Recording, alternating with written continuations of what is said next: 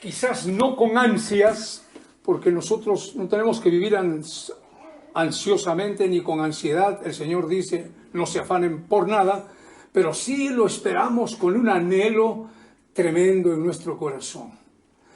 Y voy a leer esta parte que dice en Primera de Tesalonicenses, capítulo 4, versículos 16 y 17, que habla de la segunda venida de Cristo, pero en su primera fase, no en la segunda, que todo ojo lo verá, sino en la primera fase, que será en secreto. Dice, porque el Señor mismo, con voz de mando, con voz de arcángel y con trompeta de Dios, descenderá del cielo, y los muertos en Cristo resucitarán primero. Luego nosotros, los que vivimos, los que hayamos quedado, seremos arrebatados juntamente con ellos en las nubes para recibir al Señor en el aire, y así estaremos siempre con el Señor. Esto nosotros lo estamos esperando para cualquier momento, en cualquier instante, y no nos va a agarrar de sorpresa. De sorpresa los agarra a la gente impía y aún a muchos creyentes que no están en espera de este grande y maravilloso acontecimiento. Pero nosotros no, los que estamos viviendo con el Señor, que estamos andando con el Señor, que estamos observando las Escrituras, nosotros estamos en una espera. Y esto va a suceder en cualquier momento. ¿Y de qué manera? Dice Primera de Corintios capítulo 15, versículo 51 al 52. He aquí os digo un misterio. No todos dormiremos, o sea, no todos moriremos, pero todos seremos transformados en un momento, en un abrir y cerrar de ojos, o sea, un pestañeo. Es un instante. A la final trompeta, porque se tocará la trompeta y los muertos serán resucitados incorruptibles y nosotros seremos transformados. Nosotros, como Jesús, cuando se despidió en el monte de los olivos, Él no subió volando simplemente, podía hacerlo. Dice la Biblia, y bien claro, que Él subió, en realidad a Él lo subieron. Y dice, y habiendo dicho estas cosas ahí en el monte de los olivos, viéndolo ellos, los apóstoles, fue alzado. O sea, lo alzaron a Él. Fue alzado y le recibió una nube que le ocultó de sus ojos. Esa nube es un carro de fuego que, conforme a las Escrituras, el Señor siempre ha envuelto en nubes. Cuando sacó al pueblo hebreo de Egipto, una nube grande, un carro de fuego, madre se puede decir, los guiaba. De día era una nube y de noche era una luz tremenda y que caía para guiarlos. El Señor fue elevado así, fue alzado. Dice, y estando ellos con los ojos puestos en el cielo, entre tanto que Él iba, he aquí se pusieron junto a ellos dos varones con vestiduras blancas, dos ángeles, los cuales también les dijeron, varones galileos, ¿por qué estáis mirando al cielo? Este mismo Jesús que ha sido tomado de vosotros al cielo, así vendrá como le habéis visto ir al cielo.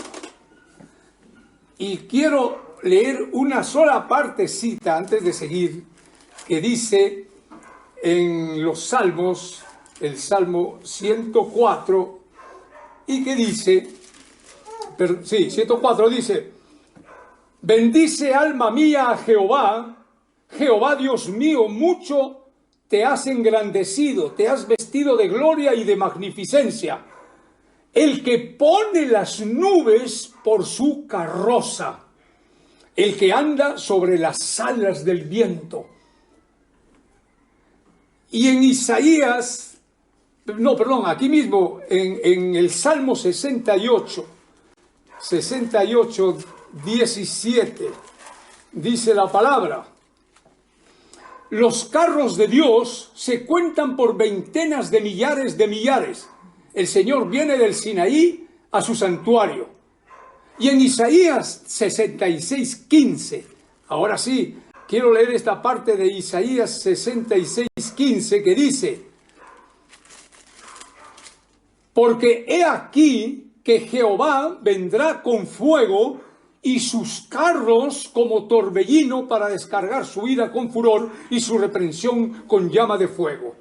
Entonces, he leído esto para entender que así como Cristo subió, así seremos alzados nosotros. Seremos alzados en secreto, en un instante. El Señor nos desaparecerá.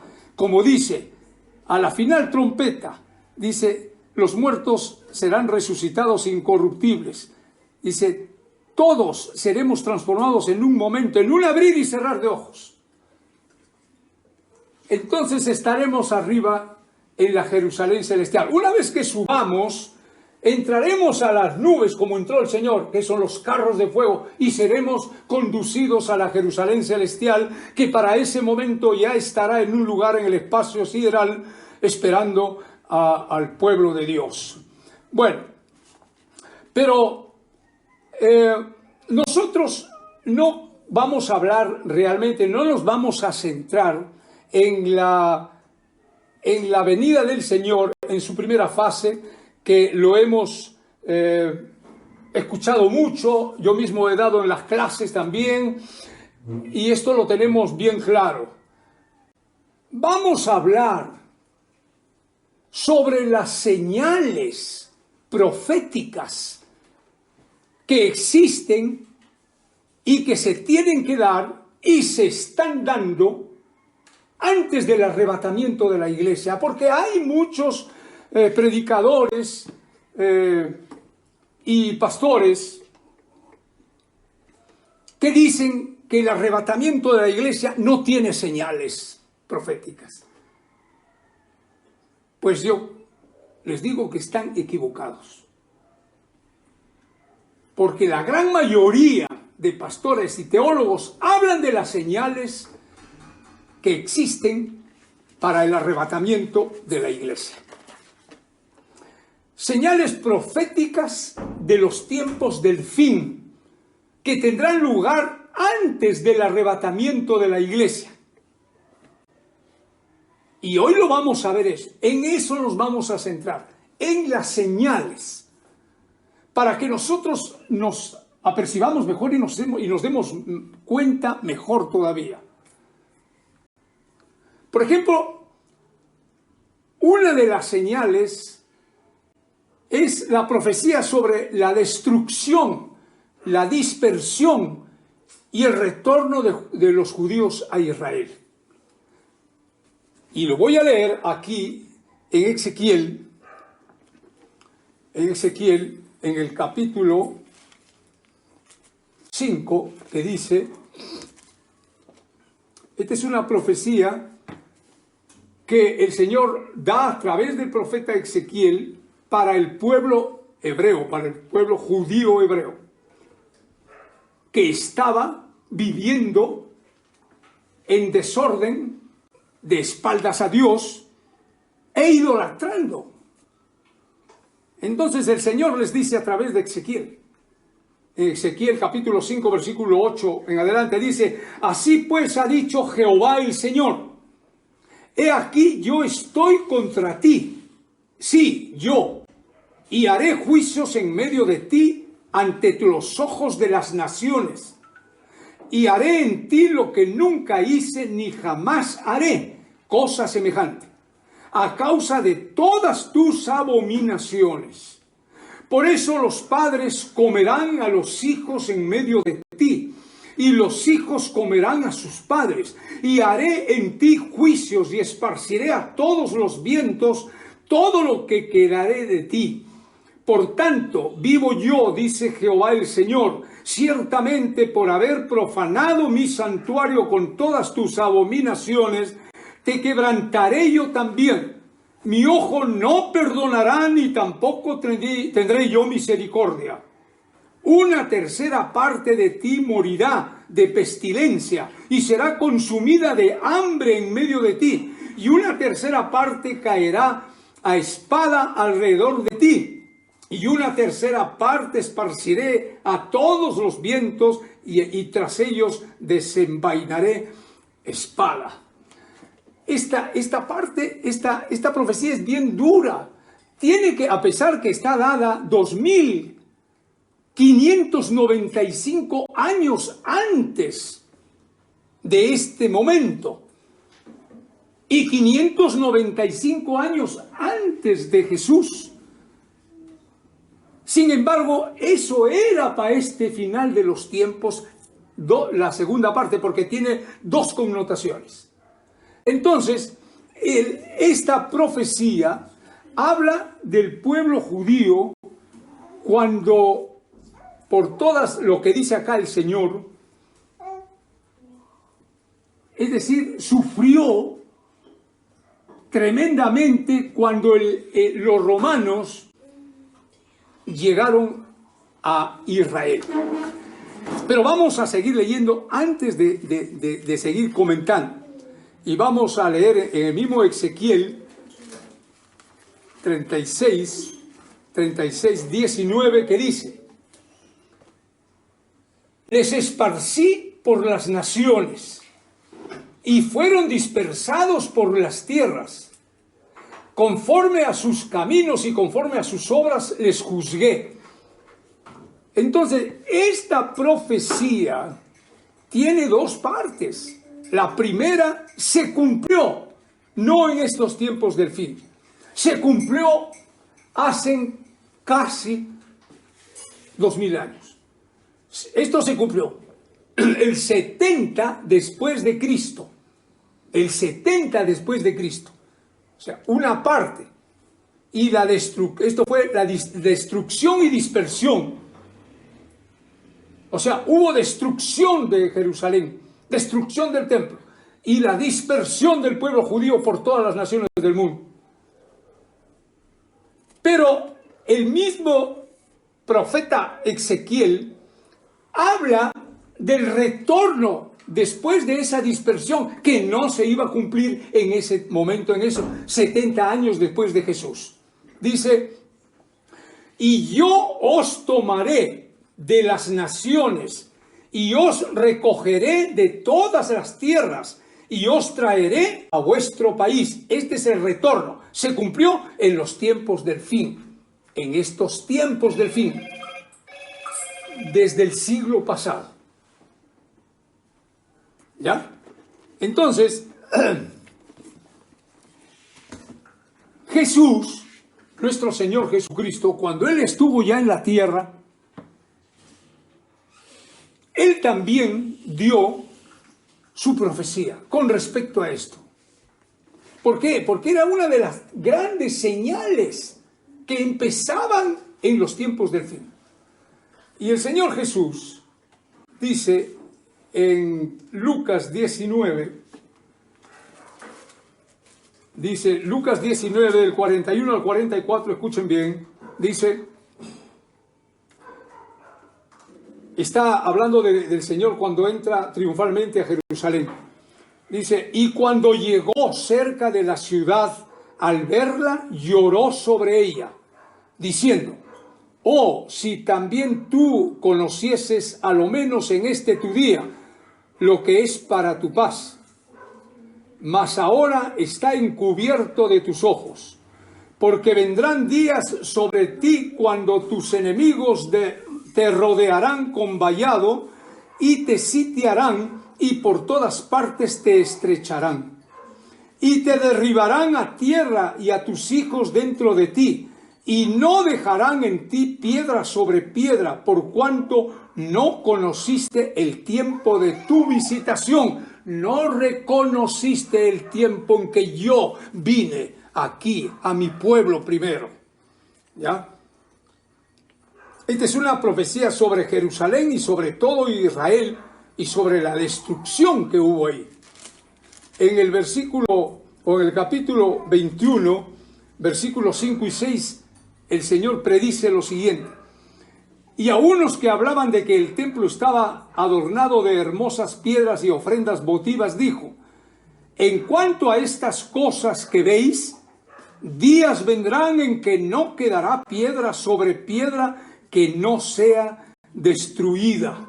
Esto fue la destrucción del templo, que no quedó piedra sobre piedra, sino que además los soldados, la soldadesca, desobedeciendo al general Tito, que era el que comandaba las legiones romanas, hijo del emperador romano,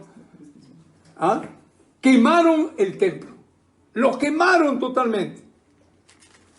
Y en el versículo 20 dice: pero cuando viereis a Jerusalén rodeada de ejércitos, sabed entonces que su destrucción ha llegado. Y el 24 dice: y caerán a filo de espada, y serán llevados cautivos a todas las naciones, y Jerusalén será pisoteada por los gentiles, hasta que los tiempos de los gentiles se cumplan. O sea, aquí se habla de la dispersión y del retorno de Israel. La dispersión del pueblo judío aconteció el año 70 después de Jesús. El 70. O sea, no mucho, ahí nomás. El Señor Jesús subió el año 33. Y en el 70 aparecieron los ejércitos de Roma al mando del general Tito. Ellos entraron y barrieron Israel, destruyeron Jerusalén, destruyeron el templo.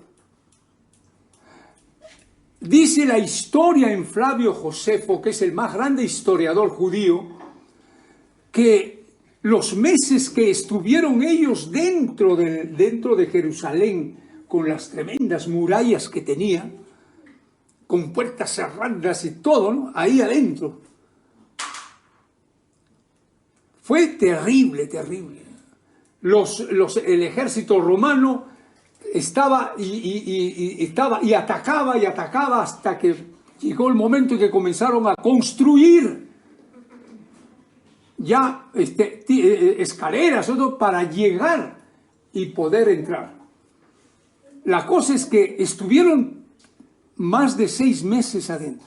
Se les acabó la comida. Dice Flavio Josefo que él fue testigo ocular. Este es el más grande historiador, fue el más grande historiador judío.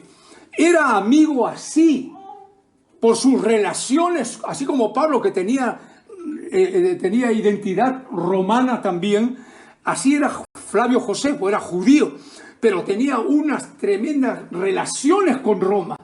Y era amigo así con el general Tito, que era el hijo del emperador romano. Y le daba ciertas gollorías, ¿no?, a él, el general Tito, pero él estuvo adentro observando, primero dice todo. Dice que los muertos, llegó un momento en que no tenían qué comer.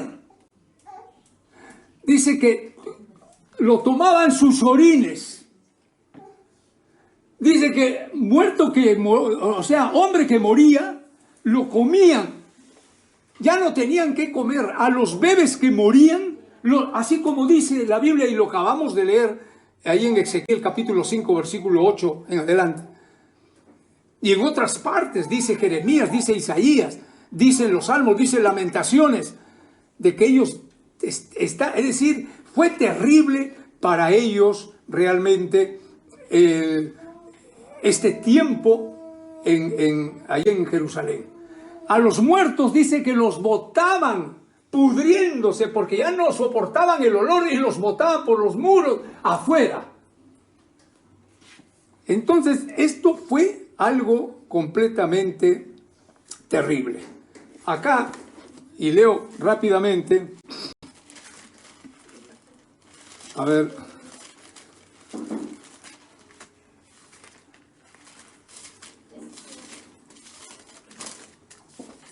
en Lamentaciones dice lo siguiente: el castigo de Sión consumado. Esto fue el 70 después de Cristo. Es largo, pero voy a leer solamente unos 4 versículos, porque todito es demasiados versículos sobre el castigo que recibieron los judíos. Dice: ¿cómo estaban ellos? Oscuro más que la negrura es su aspecto. No los conocen por las calles. Su piel está pegada a sus huesos, seca como un palo. Más dichosos fueron los muertos a espada que los muertos por el hambre, porque estos murieron poco a poco por falta de los frutos de la tierra. Las manos de mujeres piadosas cocieron a sus hijos. Sus propios hijos les sirvieron de comida en el día del quebrantamiento de la hija de mi pueblo. Cumplió Jehová su enojo, derramó el ardor de su ira y encendió en Sión fuego que consumió hasta sus cimientos. ¿Se dan cuenta? Esto fue terrible. Yo tengo una de las obras de Flavio Josefo y lo que narra es tremendo. Papi, esa parte es esto. Si no hablas más fuerte, no te puedo. ¿En qué parte de la historia es eso que se cumplió? Esto es en Lamentaciones capítulo 3. ¿Y se cumplió cuándo, dices? Ya, todo esto se cumplió el año 70 después de Cristo. O sea, la profecía, la señal era para este final de los tiempos. Pero la mitad, se puede decir, una parte, la otra parte era para el fin de los tiempos. Entonces, lo que se cumplió fue todo lo que le aconteció a los judíos. Cuando llegaron los romanos mataron 1 millón de judíos. 1 millón de judíos se esparcieron por todas las naciones, por todas las tierras, como dice la Biblia. Y después se llevaron 90.000 presos a Roma. Es decir, esto fue terrible, fue tremendo. ¿Ya? Ahora, la segunda parte se cumplió en el fin de estos tiempos. ¿Cuál es el fin de estos tiempos? Porque todas las profecías, las que habla Ezequiel, Daniel sobre todo, las que hablan los profetas, dan para este tiempo. No dan para 2 siglos atrás, 3, 4, 5, 6 siglos atrás, no. Ahora lo vamos a ver. Y la segunda parte de esta señal profética del Señor se cumplió en el año 1948, en el siglo pasado, que ya era los tiempos del fin. Desde el siglo pasado empezaron los tiempos del fin a centrarse bien.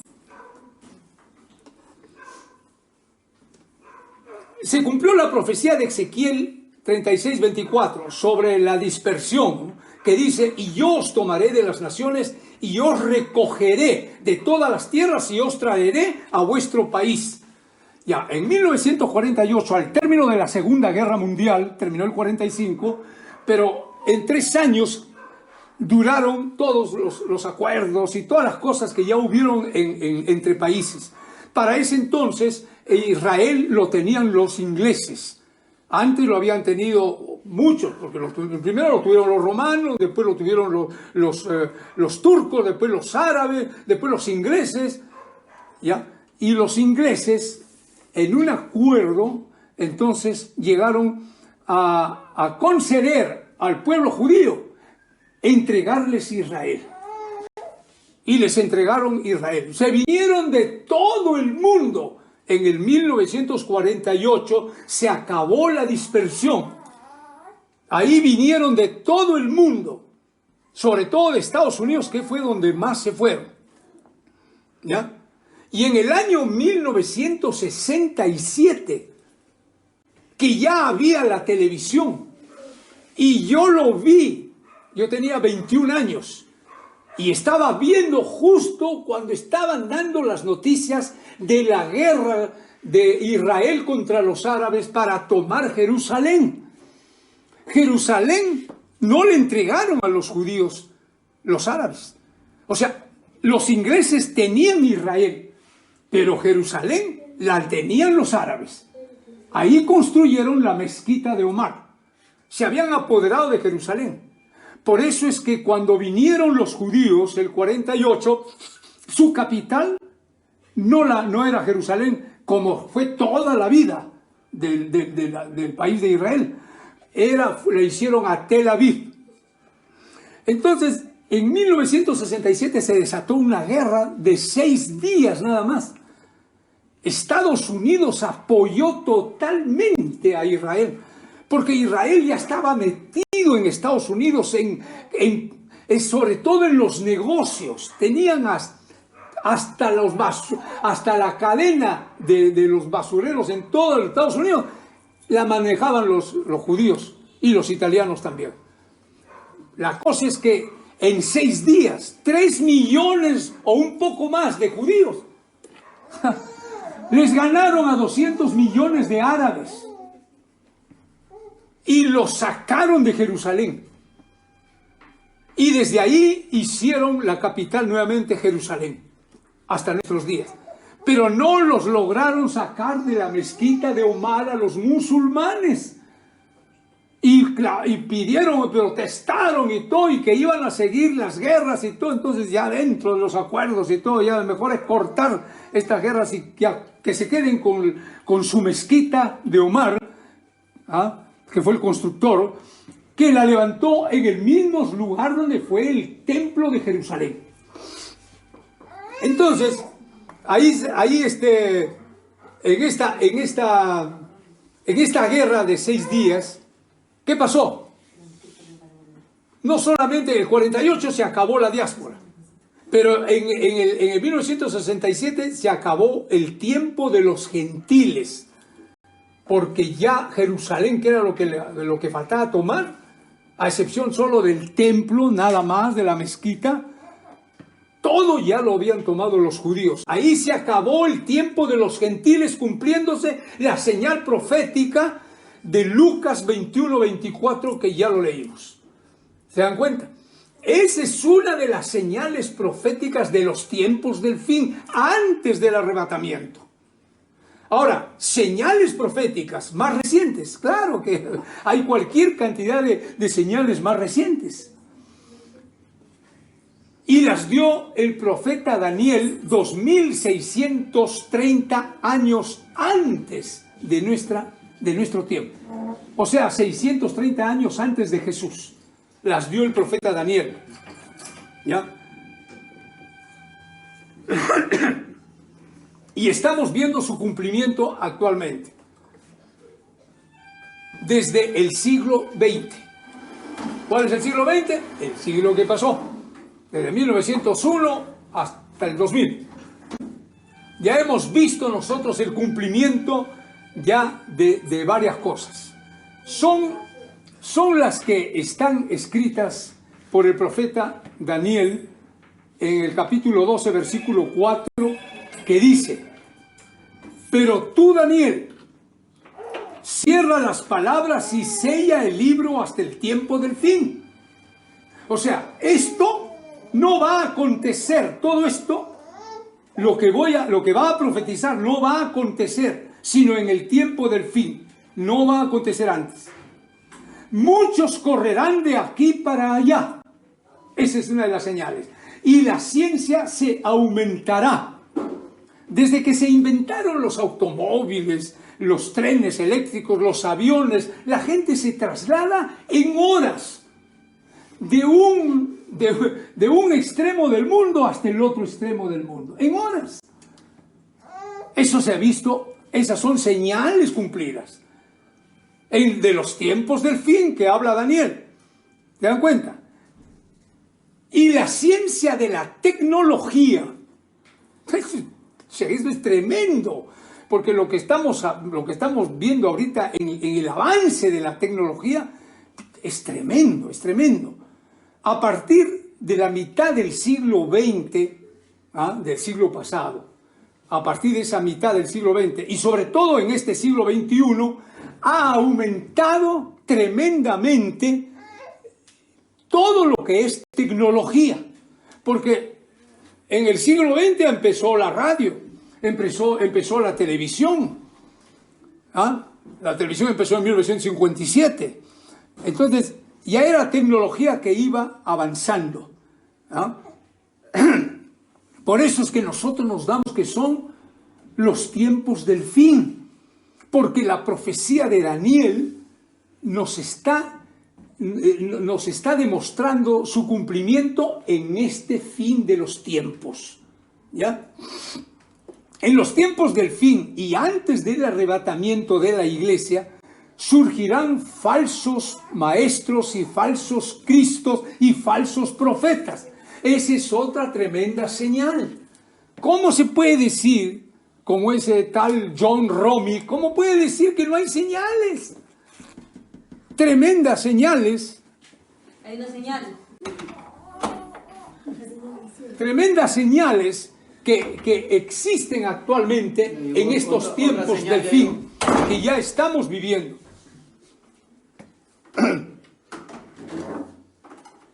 En Mateo 24, versículo 23 y 24 dice: entonces, si alguno os dijere, lo dice el Señor mismo, mirad, aquí está el Cristo, o mirad, ahí está, no lo creáis. Porque se levantarán falsos cristos y falsos profetas y harán grandes señales y prodigios de tal manera que engañarán, si fuere posible, aún a los escogidos. O sea, aún a los escogidos. Por eso, si no escudriñamos a fondo las Sagradas Escrituras y no adquirimos un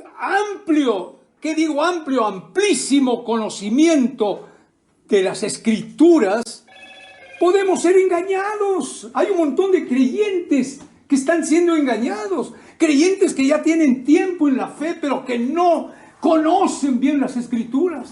Yo converso con creyentes, me han preguntado cosas, por ejemplo, de estas últimas iglesias que están saliendo, ¿ah? Iglesias cristianas, pero con unas posturas que son totalmente antibíblicas, como esta del Nuevo Mundo, que es una hija en realidad de los adventistas. Pero hay otros. Yo paro observando, paro investigando. Yo no solamente leo mi Biblia y mis libros de teología, yo paro investigando a través de las redes sociales, del celular, para poder descubrir cómo está yendo todo esto. ¿Se dan cuenta? Entonces, ahí dice, si fuere posible, serán engañados aún los escogidos.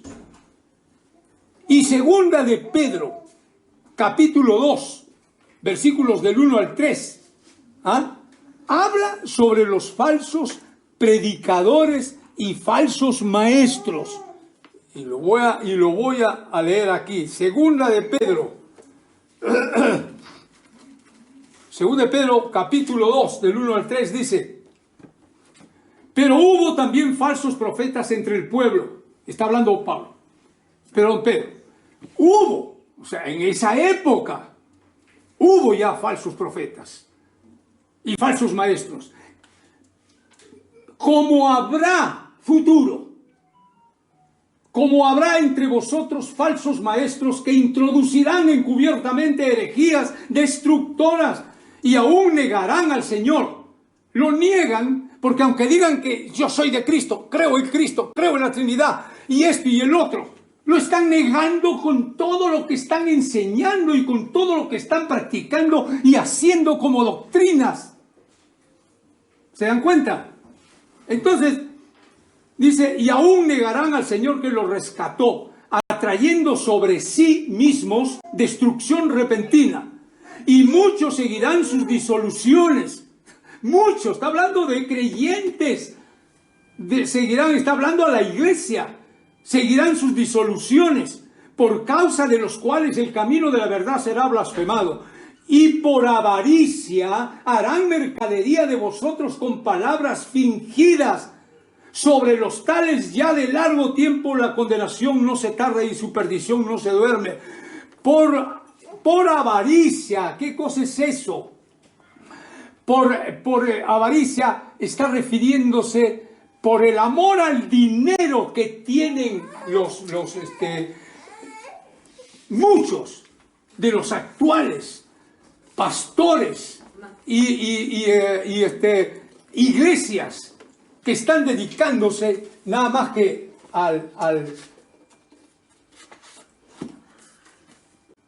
hacer mercadería. Cuando, por ejemplo, yo voy a leer esto. Dice Mateo 23:23. Jesús está diciendo a los escribas, fariseos, saduceos, a todos los doctores de la ley, les está diciendo, les está hablando fuertemente, porque todo el capítulo 23 les habla, pero fuertemente a toditos, a todo el Sanedrín. Y les dice: ay de vosotros, escribas y fariseos hipócritas, porque diezmáis la menta y el eneldo y el comino, y dejáis lo más importante de la ley, la justicia, la misericordia y la fe. Esto era necesario hacer sin dejar de hacer aquello. O sea, es primero hacer misericordia, justicia y ejercitar la fe, pero sin dejar de diezmar. Le está hablando a un pueblo judío que está bajo la ley. Está bajo la ley. Cristo nació bajo la ley. Cristo vivió bajo la ley. Cristo murió bajo la ley. Y Cristo cumplió, mientras Él estuvo aquí, la ley. Y acá les decía a los que estaban bajo la ley, todavía no estaba la gracia. Todavía no existía la iglesia. Y cuando ya viene la iglesia y viene el Espíritu Santo, instituye la iglesia, ningún apóstol habló sobre diezmos. El apóstol Pablo, que tiene 13 epístolas en el Nuevo Testamento, él decía: yo trabajo con estas manos. Él hacía tiendas para sostenerme, para sostener mi ministerio y para compartir con los necesitados y para no agravar a la iglesia. Trabajaba con sus manos, pero sí hablaba de ofrendas, y las ofrendas no tienen ningún porcentaje, y Pablo lo dice bien claro, y el mismo Espíritu Santo en la boca de Pablo, que el que va a ofrendar, que lo haga con libertad, que lo haga desprendiéndose realmente con amor, que lo haga conforme haya prosperado en su trabajo, y que lo haga, dice, poniendo él mismo la cantidad que quiere dar de ofrenda, dando con liberalidad. Dice, conforme haya prosperado, y dar la ofrenda, poniendo él, dice, como esté en su corazón. El único versículo que habla el Nuevo Testamento sobre los diezmos es Hebreos 7:5, y dice así: ciertamente los que de entre los hijos de Leví reciben el sacerdocio tienen mandamiento de tomar del pueblo los diezmos según la ley. Según la ley. O sea, los judíos podían tomar el diezmo según la ley, porque estaban bajo la ley. Nosotros no tenemos que estar en eso. No es así. Y el versículo 20 dice: ciertamente, si habiéndose ellos escapado, los que están haciendo de todo esto, la mercadería y todos los falsos profetas y falsos maestros, ciertamente dice, si habiéndose ellos escapado de las contaminaciones del mundo, por el conocimiento del Señor y Salvador Jesucristo, enredándose otra vez en ellas, son vencidos, su postrer estado viene a ser peor que el primero. Porque mejor les hubiera sido no haber conocido el camino de la justicia, que después de haberlo conocido, volverse atrás del santo mandamiento que les fue dado. Pero les ha acontecido lo del verdadero proverbio: el perro vuelve a su vómito y la puerca lavada a revolcarse en el cieno. Actualmente la iglesia, la corporación cristiana en todo el mundo, está llena de perros y llena de cerdos. Perros que están tragándose su mismo vómito y cerdos que se están revolcando en el cielo. Porque es así, es la verdad. Lo estamos viendo con nuestros propios ojos. Lo estamos experimentando nosotros. Esto realmente es un cuadro lamentable. Lamentable. La iglesia ha olvidado que hasta que Cristo venga a llevarla en el glorioso arrebatamiento, sigue en el mundo. Seguimos pisando el mundo.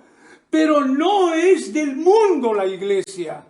No podemos confundirnos con el mundo, sea lo que sea. No podemos hacer intimidad con el mundo. No a la intimidad. No os unáis en yugo desigual. Es no intimidad con los que no conocen a Dios. Si nosotros tenemos amistades es para darles luz, dar testimonio con mi vida cristiana auténtica y siempre estar hablándole del mensaje hasta que se convierta. Eso es lo que el Señor quiere.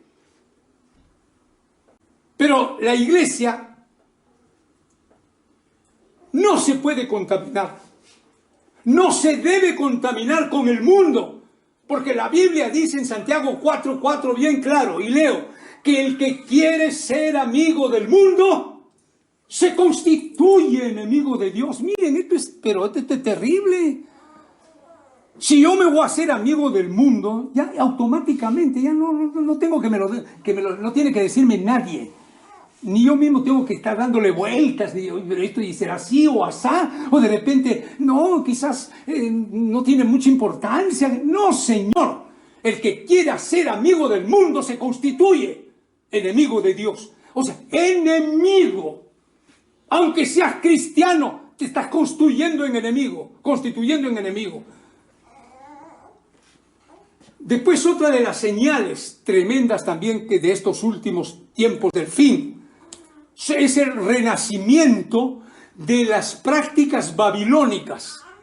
Hay tremendo. Yo ayer estuve viendo en un programa, en el programa de Andrés Hurtado, que presentó a un hombre que hablaba del futuro y todo, es decir, hablaba de todo lo que yo conocía cuando fui ocultista y esotérico por 9 años, que fui Rosacruz.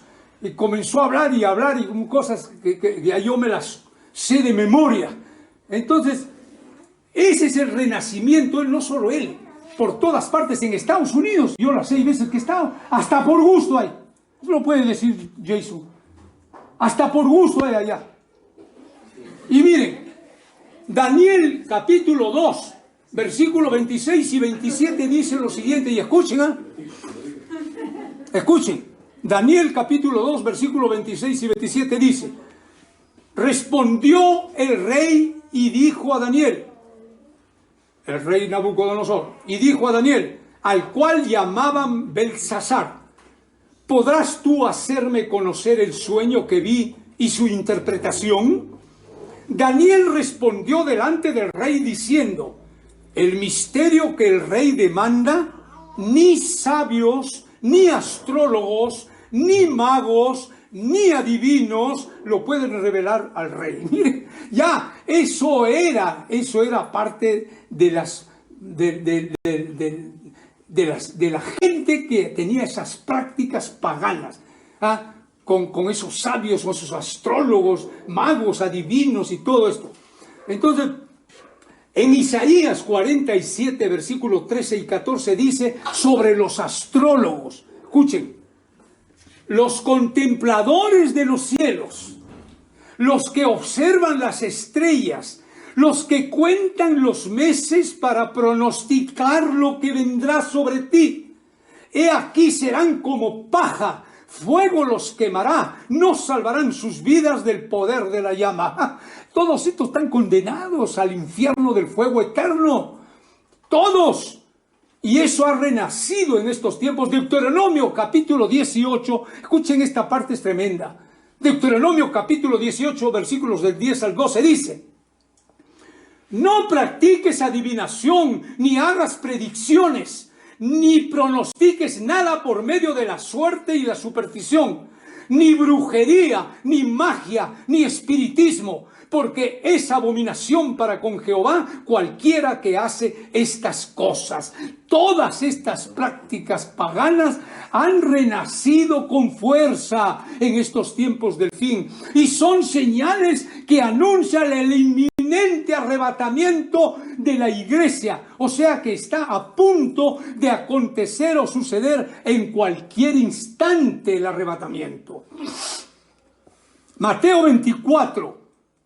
Del versículo 5 al 14, esto también es tremendo, como señales de los tiempos del fin. Dice la palabra, ¿no? Ahora lo vamos a leer.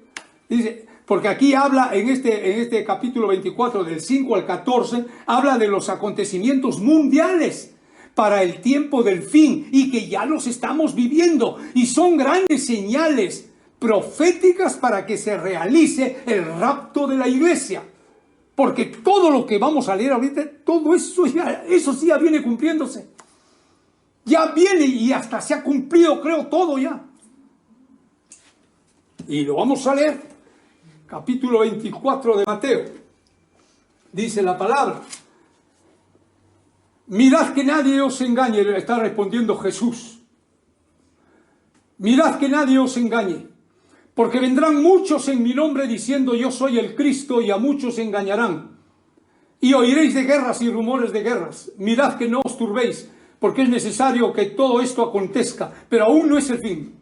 Porque se levantará nación contra nación y reino contra reino, y habrá pestes y hambres y terremotos en diferentes lugares. Y todo esto será principio de dolores. Entonces os entregarán a tribulación y os matarán y seréis aborrecidos de todas las gentes por causa de mi nombre.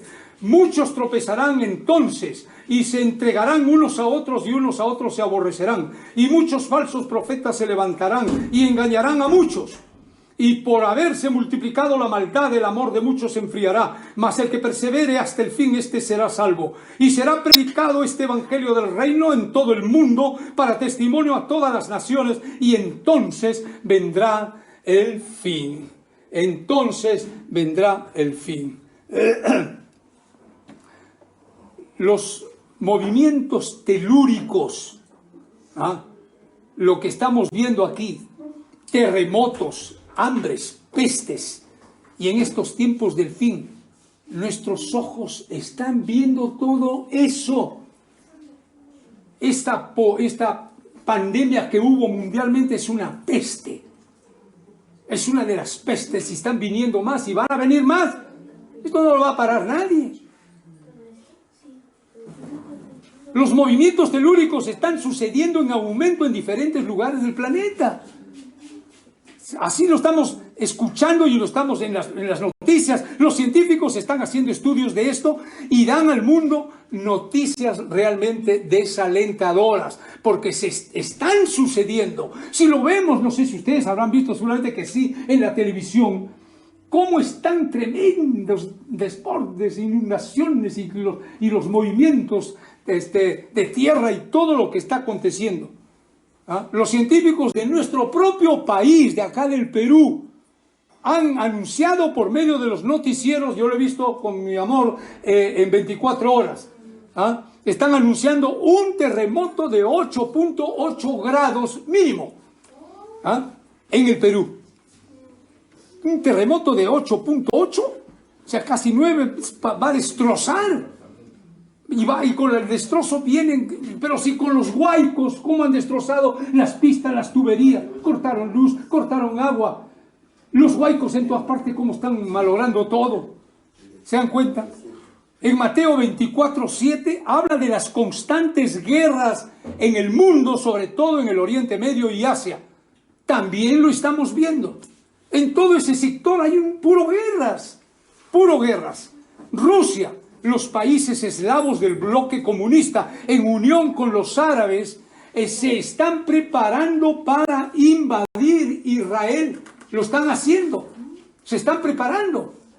Y eso está dentro de las profecías del capítulo 38 y 39 de Ezequiel.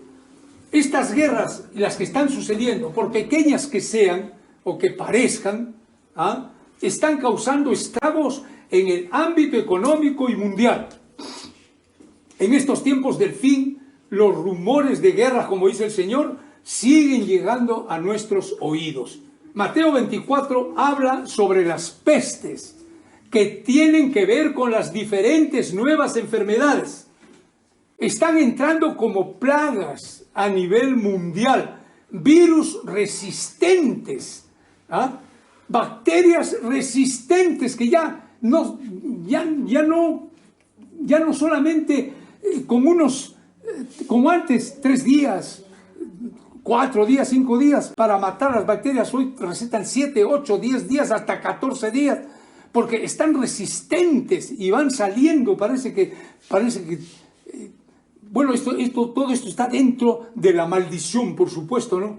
Pero las medicinas prácticamente ya no están haciendo lo que hacían antes. Una medicina era efectivísima, ¿no? Las lluvias torrenciales, los desbordes, los huaicos están truncando las cosechas. Por eso ya hay hambre en diversos países. Hay hambre en diversos países. Muchos cultivos están siendo afectados por las sequías, el exceso de lluvias torrenciales y los cambios climáticos. Todo esto afecta al género humano. Todo afecta al género humano en su sostenimiento y alimentación. Y todo esto será cada vez peor en nuestro mundo, porque la Biblia así nos lo demuestra. La Biblia lo dice, que en los tiempos del fin el mundo irá de mal en peor. Así dice. No es que se va a arreglar, que viene tal presidente, que vienen estos que están tratando de ver, y no lo van a arreglar. Cuando Dios dice que el mundo irá de mal en peor, así tiene que ser. Y así será. Por eso nosotros tenemos que estar atentos a todas estas cosas en cuanto a nuestra vida cristiana espiritual. Mateo 24 también habla que el amor de muchos se enfriará. ¿Esto alguien puede decir que no es así? El amor de muchos se enfriará. Esto también lo estamos experimentando y es lo que está sucediendo en este mundo caído. Ya el amor, pero ni el amor filial, que es el amor humano, entre esposos, entre padres a hijos, entre hermanos, entre amigos, hasta ese amor ya se está enfriando tremendamente. Hoy a la gente le importa un comino hacer cualquier cosa, aunque tengas que fregar a tu mejor amigo. O si tienes que arrancarle a alguien el celular, no importa, le metes un balazo en la sien y ahí quedas. El amor de muchos se enfriará. ¿Ya? La maldad se ha multiplicado como nunca antes lo habíamos visto. Y esto es también a nivel mundial. Esto realmente parece que es imparable. No lo va a parar nadie, pero ni Dios. ¿Por qué?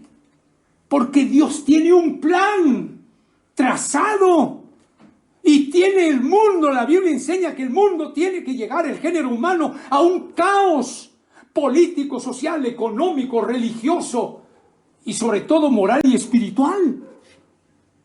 Y por eso que Satán está en libertad de hacer lo que quiere. Pero aún así, por supuesto, está limitado porque Dios no le permite ir más allá de lo que le permita hacer, ¿no? Pero dentro del límite que Él le es permitido hacer, está haciendo desbarajustes con su séquito de demonios. Y con mayor fuerza, la acción satánica y demoníaca está sucediendo en el mundo entero. Y esto es cumplimiento de las profecías y señales bíblicas antes del arrebatamiento. Por eso, mis queridos, Hermanos en la fe, nosotros tenemos que estar preparándonos. Dios lo vio todo en su omnisciencia, pero el culpable de todo esto es el mismo hombre caído, ya que su misma frialdad, al no conocer a Dios, es la que se apoderará del mundo cada vez más. Lo vemos, ¿no?, en la televisión. El crimen y la delincuencia está imparable. Los corazones de los hombres están llenos de perversidad y de maldad. Por eso el mundo está como está, de cabeza, patas para arriba. La misma ONU, justo en este tiempo del fin, y como dicen las noticias, está ya ofreciendo su apoyo para que el gobierno mundial se levante en cualquier momento y con una nueva moneda mundial. Eso están viendo, hasta el Papa está de acuerdo. Mateo 24:14 habla de la más grande señal de estos tiempos finales, para que se lleve a cabo el rapto de la iglesia. Mateo 24:14. Y dice así el Señor: y será predicado este evangelio del reino en todo el mundo para testimonio a todas las naciones, y entonces vendrá el fin. El evangelio está siendo predicado ya desde el siglo pasado por todas las naciones del mundo. Ahora no solo se predica en los templos, en los auditoriums, en los parques, en las plazas, en los estadios. Hoy se predica por las redes sociales a nivel del mundo. Todo el mundo va entrando, o sea que pastores hasta por gusto que están hablando de estas cosas finales. Eso es parte de las señales antes del arrebatamiento de la iglesia. ¿Se dan cuenta? El pueblo de Dios, escuchen bien, debería estar despierto y alerta ante estas señales que están aconteciendo antes de que suceda el arrebatamiento. Tenemos que estar apercibidos, así de simple. Pero la Biblia dice que por falta de conocimiento muchos perecerán. Así, por falta de conocimiento muchos perecerán. En otra parte dice: erráis porque ignoráis las Escrituras. Tenemos que estar apercibidos y prepararnos de día en día. No solamente el día domingo, no solamente el día que voy a la iglesia, que el día de oración, que la reunión de matrimonio, que la reunión de esposos, de jóvenes y de todo. Hoy más que nunca tenemos que cuidar nuestra salvación con temor y temblor, como lo dice Pablo, viviendo en obediencia y santidad, que son el eje de la vida cristiana. Una rueda gira alrededor de un eje. La santidad y la obediencia son ese eje de la vida cristiana, para que cuando Cristo vuelva por su iglesia nos halle haciendo su bendita voluntad. Si alguno está en pecado, escuchen bien, escuchemos bien esto, todos, me incluyo yo. Si alguno está en pecado, tiene que arrepentirse definitivamente antes que sea demasiado tarde. Cualquier pecado que sea. ¿Acaso no este pecadito como los curas, herejes, hijos del diablo? No, este pecadito es un pequeñuelo, no hay problema, ¿no? Pecado es pecado a los ojos de Dios. Tenemos que rechazarlo. Esa es la realidad. Por eso, si alguno está en pecado, definitivamente tiene que arrepentirse, pedir perdón, renunciar, abandonar su pecado, pedir perdón y volverse al Señor en una entrega total. Así de simple y sencillo. Los tiempos del fin en que estamos viviendo, con todas las señales proféticas que están aconteciendo, nos enseñan que el tiempo de jugar al cristianito frío, al cristianito tibio, se acabó. ¿Quiere seguir jugando así? Bueno, va uno a terminar jugando en el infierno.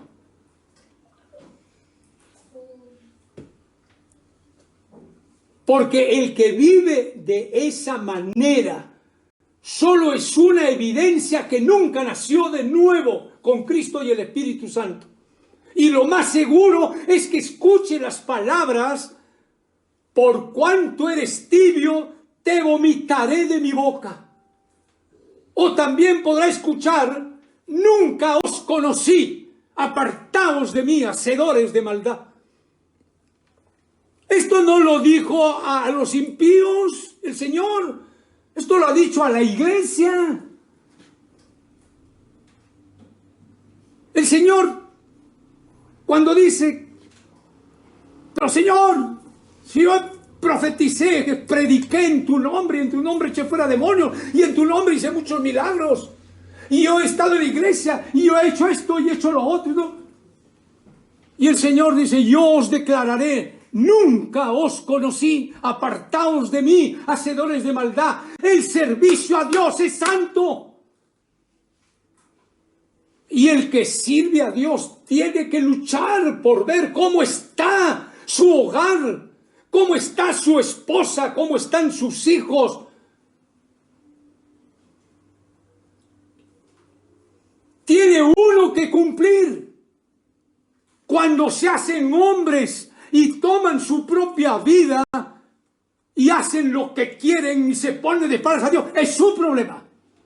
Pero uno tiene que cumplir desde ahora con todo lo que el Señor manda. Instruye al niño en su camino.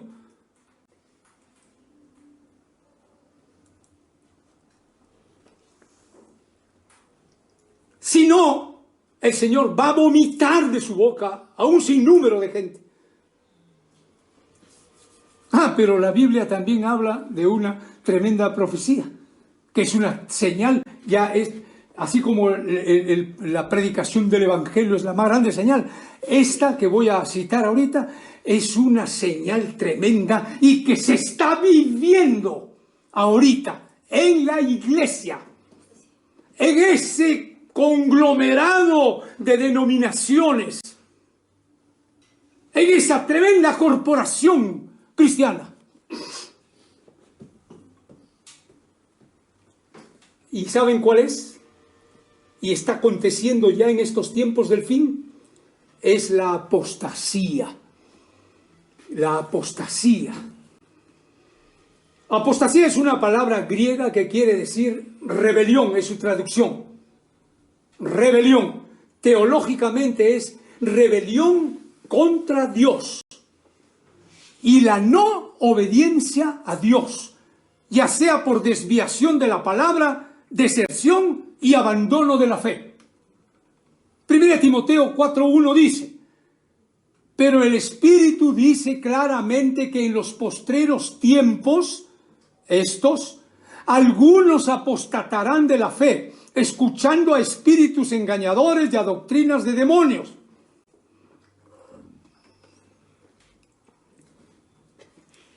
Y voy a leer Segunda de Timoteo,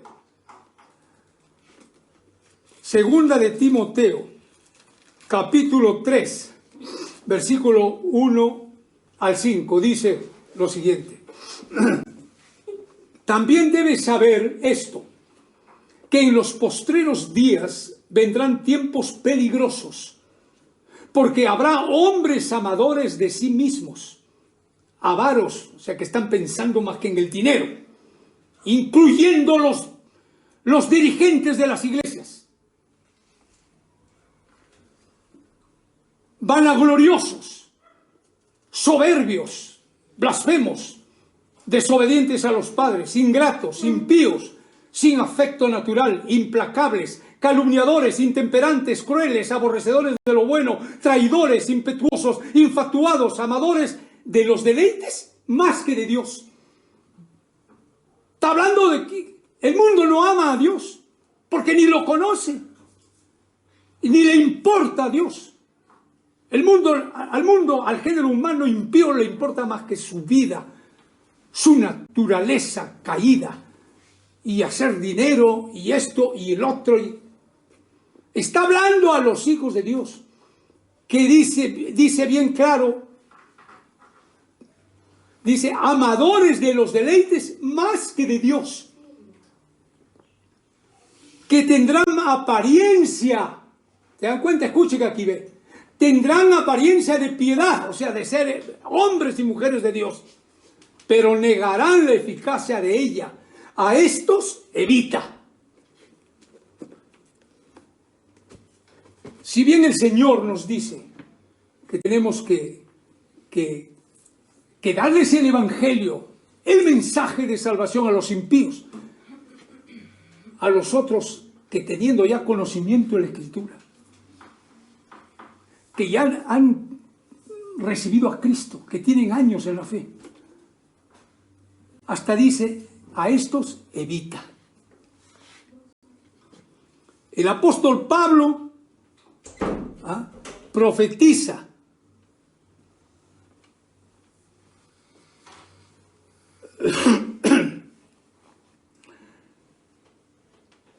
que ocurrirá una apostasía antes del regreso del Señor en su primera fase y segunda fase con la manifestación del hombre de pecado. O sea, la venida del Señor tiene dos fases. La primera fase, el arrebatamiento. Antes de ello, una apostasía. La estamos viviendo. Y antes de la segunda fase, que es la venida, donde todo ojo lo verá, pero que ya viene con su ejército celestial, los santos gloriosos y los ángeles comandados por el arcángel Gabriel, el arcángel Miguel. Tiene también sus señales tremendas, que es la aparición del anticristo. ¿Ya? Así que aquí el apóstol también dice, en 2 de Tesalonicenses capítulo 2, versículos 1 al 3, dice, pero con respecto a la venida de nuestro Señor Jesucristo y nuestra reunión con Él, nadie os engañe en ninguna manera, porque no vendrá sin que antes venga la apostasía. La apostasía ya la estamos pasando, la estamos viviendo, por eso el Señor viene en cualquier instante, cuidémonos. Y la apostasía ya está en medio de nosotros. Por eso el rapto sucederá en cualquier momento e inmediatamente se manifestará el hombre de pecado, el anticristo, con su nuevo orden mundial en un gobierno único. Por eso la apostasía es una señal clara que acontece antes del rapto. Con la apostasía que ya se ha manifestado, en estos tiempos del fin, podemos ver que la mayoría de creyentes están fuera del camino. Estamos viéndolo. Estamos viendo a un montón de creyentes que están fuera del camino.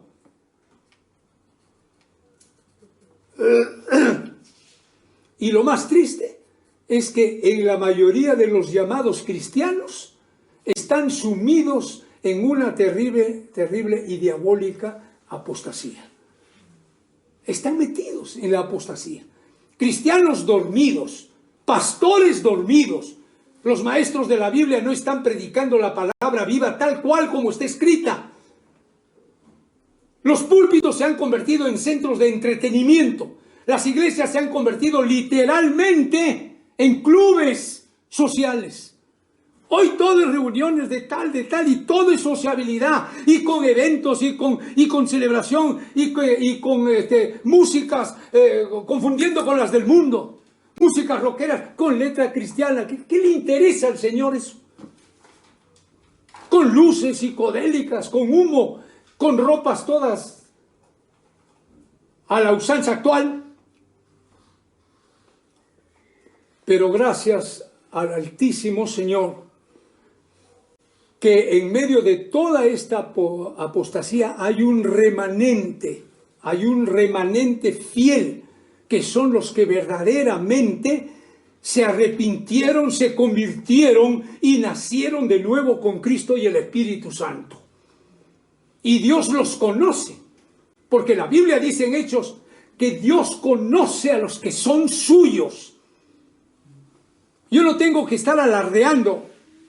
Él me conoce, Él te conoce. Si soy de Él o no. Son verdaderos hijos de Dios. Estos, los que han nacido con Cristo y el Espíritu Santo. Y están metidos en la brega, en pleno campo de batalla, en la lucha sin cuartel contra todo lo que se levanta contra Dios. Y son verdaderos guerreros del Altísimo Cristo. Esos son verdaderos guerreros, son apologistas que están dispuestos a defender la verdad, al verdadero cristianismo, a defender la fe, pase lo que pase y cueste lo que cueste. A defender las Sagradas Escrituras tal como están escritas, sin temor, sin miedo. Ellos, este tipo de cristianos, no vacilan en rendirse a los pies de Cristo y en someterse a la voluntad del Espíritu Santo para vivir bajo su control, su dominio, su dirección, su mando. Estos hombres y mujeres de Dios sostienen una constante lucha contra su propia naturaleza carnal caída. Y deben ustedes experimentarlo porque yo lo experimento.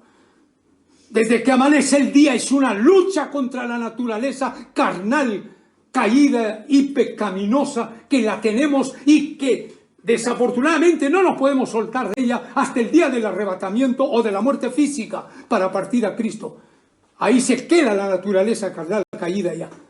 Pero mientras tanto, no. Y la lucha de este tipo de cristianos es no solamente contra su propia naturaleza, es contra el pecado. Si el pecado está delante de nuestras narices, alguien me va a decir que no. En cualquier forma y en cualquier manera.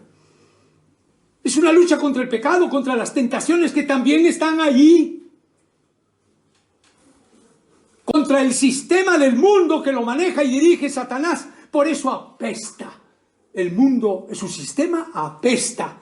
Y es un hedor en la nariz de Dios. A Dios le apesta también.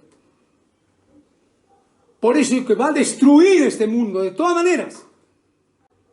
Estos guerreros de Cristo saben que su lucha no es contra hombres, sino contra Satanás y contra los demonios. Estos cristianos renacidos son el verdadero cuerpo de Cristo que aman la santidad, aman la pureza, aman la rectitud. Su deseo y anhelo es en todo tiempo ser íntegros y fieles a Cristo, al Dios Trino. La integridad a Dios es hacer lo correcto aunque nadie me vea. Esa es la integridad a Dios. Para ellos, después de la salvación, el más grande y maravilloso tesoro que poseen son las Sagradas Escrituras.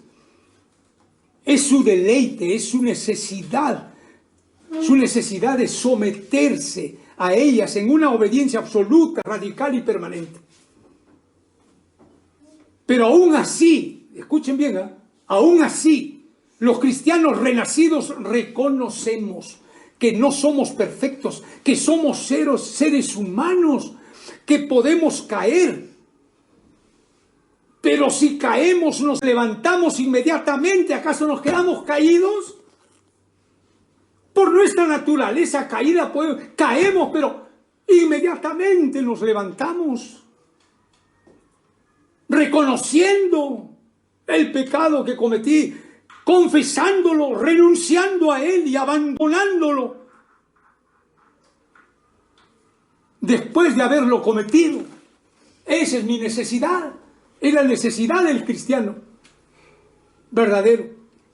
¿Y esto por qué? Porque tenemos al Espíritu Santo, que nos reprende, nos redarguye, nos corrige, nos exhorta, nos enseña, nos ilumina, nos guía. Él está dentro de ti, está dentro de mí, está dentro de todo aquel que nació con Cristo y Él. Amén. Y el Espíritu Santo no nos va a dejar. Por eso es que si caemos en algún pecado, no nos quedamos tendidos. Y gloria al Señor también porque algunas veces merecemos la disciplina de Dios. Y Él lo hace porque nos ama, porque es un juez justo y no hace acepción de personas. Y lo hace porque no quiere que ninguno de los que le pertenecen se salga del camino y de su redil. Incluso algunos cristianos que han caído y que están persistiendo, pero han nacido de nuevo, son pasados por el fuego, a fin de que su espíritu sea salvo en el día del Señor. Así que nadie se va a escapar de los que han nacido de nuevo. Si están cometiendo algo, el Señor lo va a hacer pasar por el fuego, tarde o temprano.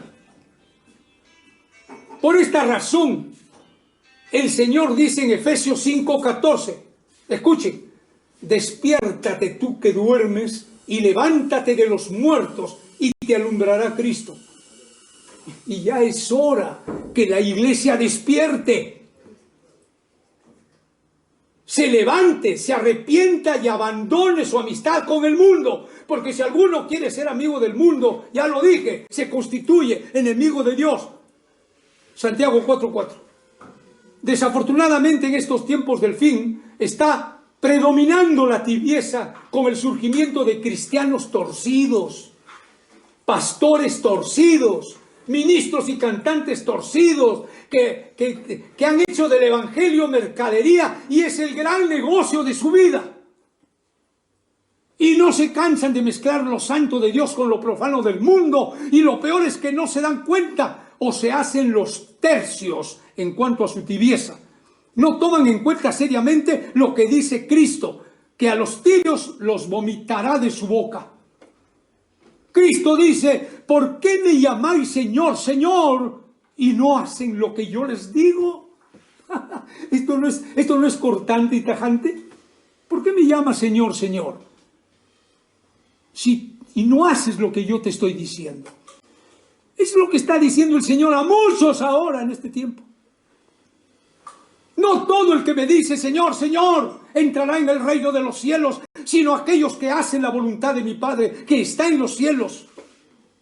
Lucas 6:46 y Mateo 7:21. El cristiano que está viviendo en su carne, cometiendo pecado, si no se arrepiente y da un giro de 180 grados a su vida y se pone cara a cara con el Señor y abandona el pecado que está cometiendo y se vuelve al Señor con un cambio de actitud total y radical, jamás verá al Señor. Jamás verá al Señor, porque si conociendo a Cristo, escucha bien, si conociendo a Cristo, conociendo la palabra y teniendo años en la vida cristiana, en los caminos del Señor, y sin embargo vive carnalmente, es una evidencia, simplemente, es una evidencia que nunca nació de nuevo. Por tanto, no tiene el Espíritu Santo. Y Romanos capítulo 8, versículo 9 dice que el que no tiene el Espíritu de Cristo no es de Cristo, sigue muerto en sus pecados. Y en 1 de Juan 3, 8 y 9 dice, el que practica el pecado es del diablo. Y todo aquel que es nacido de Dios no practica el pecado, porque la simiente de Dios permanece en él. La simiente de Dios es el Espíritu Santo. Y su labor específica del Espíritu Santo es transformar nuestras vidas a la imagen de Cristo, porque Él sabe que Cristo viene por una iglesia gloriosa, que no tenga mancha ni arruga ni cosa semejante, sino que fuese santa y sin mancha. Lo dice Efesios. Y el apóstol Pablo dice, yo lo celo con celo de Dios para presentaros como una virgen pura a Cristo. Para terminar, quiero decirles que la vida del cristiano renacido gira alrededor de la obediencia y la santidad. Yo hace como un año atrás prediqué sobre la obediencia y la santidad como los pilares del cristianismo, como el cimiento del cristianismo, construido sobre la roca inconmovible de los siglos, que es la persona resucitada y viviente de nuestro Señor Jesucristo. Cristo es nuestra roca. Y sobre el Cristo construimos nosotros los cimientos para poder levantar el edificio que es nuestra vida cristiana. Y esos cimientos son la santidad y la obediencia. Porque es el eje del cristianismo. Y la Biblia es clara y tajante cuando nos dice en 1 Corintios capítulo 15, versículo 2. Si retenéis en obediencia la palabra que os he predicado, sois salvos. Si no, creísteis en vano. Eso es tremendo. Si yo no obedezco la palabra, he creído en vano, no soy salvo. Y en cuanto a la santidad, dice en Hebreos capítulo 12, versículo 14, seguid la paz con todos y seguid la santidad, sin la cual nadie verá a Dios. Nadie verá a Dios sin santidad. Y Jesús dice en Mateo 24, 33, cuando vosotros veáis el cumplimiento, escuchen bien, escuchen, cuando vosotros veáis el cumplimiento de todas estas cosas, estas señales, conoced que estoy a las puertas. Entonces estamos viendo el cumplimiento de todas estas señales. Y el Señor dice, conozcan que estoy a las puertas. Y por último el Señor dice en Mateo 24, 13, el que persevere hasta el fin, éste será salvo. El que persevere, no, yo me convertí a Cristo, yo creo en Él, yo creo en Dios. No, si yo voy a la iglesia. No, el Señor dice, si tú perseveras en mi palabra y en santidad hasta el fin, entonces eres salvo. El que persevere hasta el fin, éste será salvo. Así que, hermanos queridos, a perseverar. Nos va a costar, y nos cuesta, cada día nos está costando. Yo que soy un viejo de 77 años, me sigue costando. He vivido, ya me acerco a los 80 años, he vivido 45 años que los estoy viviendo en los caminos del Señor. He experimentado lo que es la vida mundana. Y hasta ahora me cuesta, y que entiendo claramente que solamente perseverando hasta el fin voy a ser salvo. Que Dios los bendiga. Vamos a orar. Amado Padre, Señor Todopoderoso, bendito sea tu nombre. Bendito y alabado sea tu nombre. Gloria a tu nombre, Señor. Gloria a tu nombre. Gloria a tu nombre. Gloria al Padre, gloria al Hijo y gloria al Espíritu Santo. Señor, queremos agradecerte por este tiempo hermoso.